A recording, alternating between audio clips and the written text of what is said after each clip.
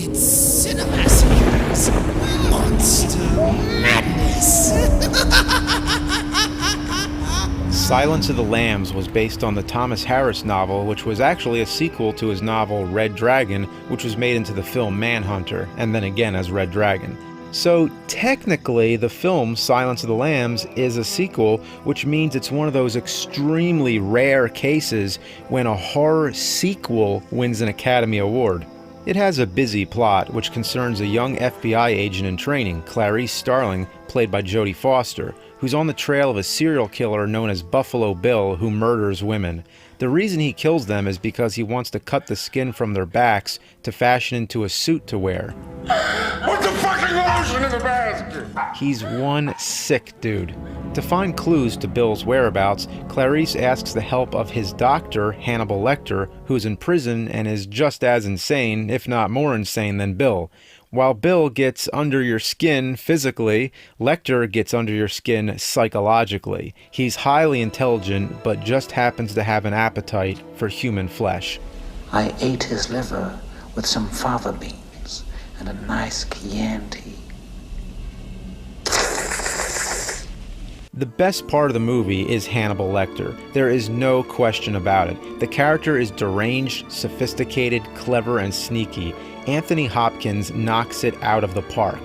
His performance is mostly done through the bars, confined in the prison cell throughout most of the film, but somehow still holds power overall. He rules the movie. Even though finding Buffalo Bill is the main focus, I was never as interested in him as I was in Hannibal. Every time Hannibal is on the screen, I can't take my eyes off him.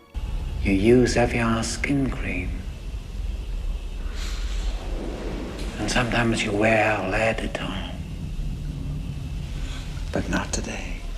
Hopkins went on to play Hannibal again in the sequel, Hannibal, which was probably the worst sequel I've ever seen to such a high-profile film, and a second adaptation of Red Dragon, which was okay. Since then, other actors have carried on the role, as in Hannibal Rising and the Hannibal TV series. Even though the character Hannibal has become the focus in the pop culture, Silence of the Lambs is still a standalone excellent film. You take the character out of that film, and it never worked as well. It won the Academy Awards for Best Picture, Director, Actor, Actress, and Screenplay, amongst being nominated for others. It's one of those rare times when a horror movie gets such mainstream praise. And that's right, I called it a horror movie. They always want to call it a thriller or a suspense film because it's above that. Yeah, sure, it's about a psychopath who stitches together human skin and a cannibalistic doctor who acts like a snake.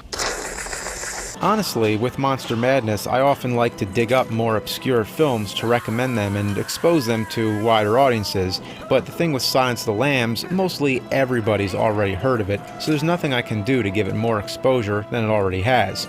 All I'm trying to do is make a statement that Silence of the Lambs is a horror movie. Hannibal Lecter is a movie monster, possibly the greatest movie monster of our generation.